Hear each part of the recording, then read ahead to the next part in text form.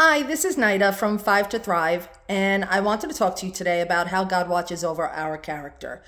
In the book of 1 Samuel, chapter 25, there's a story about King David, and it's about Abigail and Nabal. And what happens is in this story is that King David, it was the time for feast, and he had sent messengers over to Nabal asking him for food for the people in his tribe.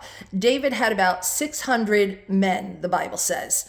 And what happens is Nabal decides, no, I'm not going to give you food, even though the messengers had said to Nabal that your servants were with us while they were shearing their sheep and not one of them were harmed.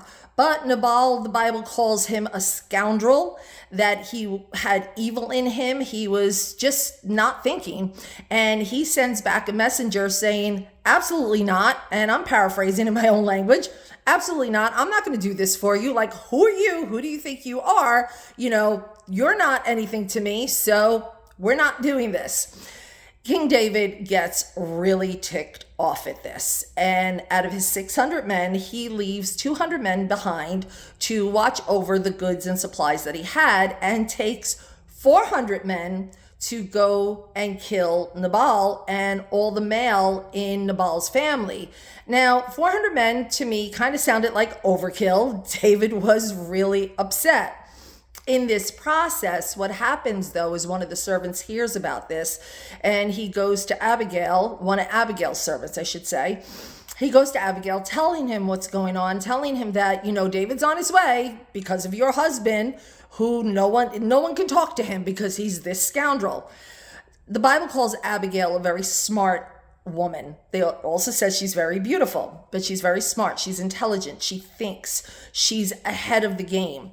And she goes and sends her messengers with food ahead of time to King David. And then she shows up and she says to him, please forgive your servant. Put all the blame on me. Put all of it on me. And to me, that sounds like Jesus. Put all the blame on me. I'll do it. I'll take it. And then she says, why should you go and do anything? And she's making him think. And then she begins to do something which I found so amazing. She begins to speak his language. She talks about David's enemies being hurled like a slingshot. And what did David kill Goliath with? He killed him with a sling.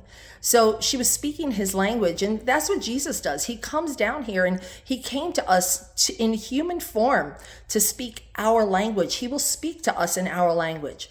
But the thing is, it goes on further than this, that David, upon hearing all of this, says, you're right. And he says to her, thank you. And again, I'm paraphrasing. I'm putting this in my own language.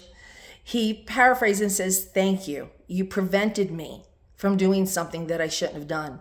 And basically, what she was preventing him from was taking matters into his own hands. You see, David had won every single battle he ever fought. The Bible says because he always sought God and asked God what he should do. So he won those battles, but this particular thing, he was taking into his own hands. And what is the issue with that? Well, the issue with that is in Romans chapter 12, it says that vengeance is God's and not to repay evil for evil. So God intervened by sending Abigail.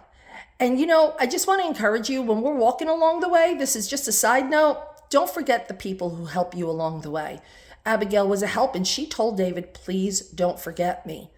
Well, long story short, God smites Nabal, and God took care of it because David stepped out of the way.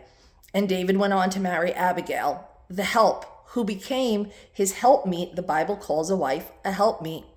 So with that, I just want to encourage you. You're going through something, you need help with something, seek God. He will always give you the answer, the right answer, the one that's going to help you, the one that's going to take you to where you need to be.